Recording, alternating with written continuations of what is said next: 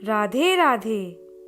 भीमसेन व्यास जी से कहने लगे कि हे पितामह, भ्राता युधिष्ठिर, माता कुंती, द्रौपदी, अर्जुन, नकुल और सहदेव आदि सब एकादशी का व्रत करने को कहते हैं। परंतु महाराज, मैं उनसे कहता हूँ कि भाई, मैं भगवान की शक्ति पूजा आदि तो कर सकता हूँ, दान भी दे सकता हूँ, परंतु भोजन के बिना नहीं रह सकता। इस पर व्यास जी कहने लगे कि हे भीमसेन, यदि तुम नरक को बुरा और स्वर्ग को अच्छा समझते हो तो प्रति मास की दोनों एकादशियों को अन्न मत खाया करो। भीम कहने लगे कि हे पितामह, मैं तो पहले ही कह चुका हूँ कि मैं भूख सहन नहीं कर सकता। यदि वर्ष भर में कोई एक ही व्रत हो तो वह मैं रख सकता हूँ, क्योंकि मेरे पेट में वृक नाम वाली अग्नि है, सो मैं भोजन किए बिना नहीं रह सकता। भोजन करने से वह शांत रहती है, इसलिए पूरा उपवास तो क्या, एक समय भी बिना भोजन किए रहना कठिन है।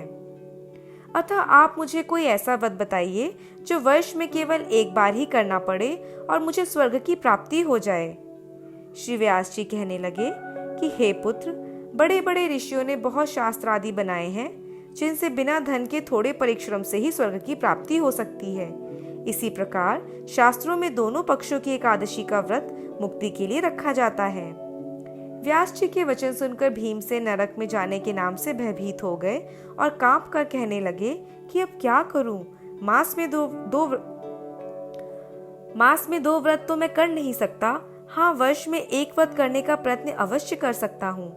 अतः वर्ष में एक दिन व्रत करने से यदि मेरी मुक्ति हो जाए तो ऐसा कोई व्रत बताइए। यह सुनकर व्यास जी कहने लगे कि वृषभ और मिथुन की संक्रांति के बीच ज्येष्ठ मास के शुक्ल पक्ष की जो एकादशी आती है उसका नाम निर्जला है। तुम उस एकादशी का व्रत करो। इस एकादशी के व्रत में स्नान और आचमन के सिवा जल वर्जित है। आचमन में 6 मासे से अधिक जल नहीं होना चाहिए, अन्यथा वह मद्यपान के सदृश हो जाता है। इस दिन भोजन नहीं करना चाहिए, क्योंकि भोजन करने से व्रत नष्ट हो जाता है। यदि एकादशी को सूर्योदय से लेकर द्वादशी के सूर्योदय तक जल ग्रहण ना करें तो उसे सारी एकादशियों के व्रत का फल प्राप्त होता है। द्वादशी को सूर्योदय से पहले उठकर स्नान आदि करके ब्राह्मणों को दान आदि देना चाहिए। इसके पश्चात भूखे और सत्पात्र ब्राह्मण को भोजन कराकर फिर अपना भोजन कर लेना चाहिए। इसका फल पूरे एक वर्ष की संपूर्ण एकादशियों के बराबर होता है। व्यास जी कहने लगे कि हे भीमसेन, यह मुझको स्वयं भगवान ने बताया है। इस एकादशी का पुण्य समस्त तीर्थों और दानों से अधिक है। केवल एक दिन मनुष्य निर्जल रहने से पापों से मुक्त हो जाता है। जो मनुष्य निर्जला एकादशी का व्रत करते हैं उनकी मृत्यु के समय यमदूत आकर नहीं घेरते, वरन भगवान के पार्षद उसे पुष्पक विमान में बिठाकर स्वर्ग को ले जाते हैं। अतः संसार में सबसे श्रेष्ठ निर्जला एकादशी का व्रत है, इसलिए यत्न के साथ इस व्रत को करना चाहिए। उस दिन ओम नमो भगवते वासुदेवाय मंत्र का उच्चारण करना चाहिए और गौदान करना चाहिए। इस प्रकार व्यास जी की आज्ञा अनुसार भीमसेन ने इस व्रत को किया, इसलिए इस एकादशी को भीमसेनी या पांडव एकादशी भी कहते हैं। निर्जला व्रत करने से पूर्व भगवान से प्रार्थना करें कि हे भगवान, आज मैं निर्जला व्रत करता हूँ, दूसरे दिन भोजन करूंगा। मैं इस व्रत को श्रद्धा पूर्वक करूंगा, अतः आपकी कृपा से मेरे सब पाप नष्ट हो जाएं। इस दिन जल से भरा हुआ एक घड़ा वस्त्र से ढककर स्वर्ण सहित दान करना चाहिए।